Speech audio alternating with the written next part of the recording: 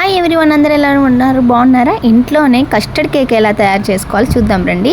పాలు, పంచదార, breads and custard powder, అంతే. ఎంతో సింపుల్గా కస్టర్డ్ కేక్ చేసుకోవచ్చు. చాలా అంటే చాలా స్పాంజీ లాగా కేక్ చాలా బాగుంటుంది.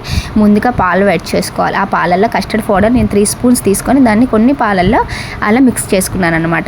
దాన్ని కాగుతున్న పాలల్లో పోసుకొని బాగా కలుపుకోవాలి కస్టర్డ్ పౌడర్.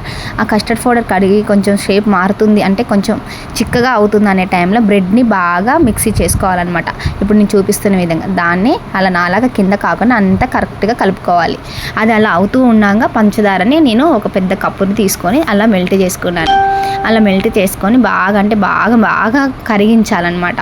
కరిగించగా ఒక గిన్నెలో తీసుకున్నాను. ఆ గిన్నెలో ఫస్ట్ వేడివేడిది వేసేసి దానిపైన మనం తయారు చేసుకున్న కస్టర్డ్ కేక్ వేసుకోవాలన్నమాట. అదేనండి కస్టర్డ్ కేక్. చాలా అంటే చాలా బాగుంటుంది. ఎంత స్పాంజ్గా ఉందంటే చాలా బాగుంది.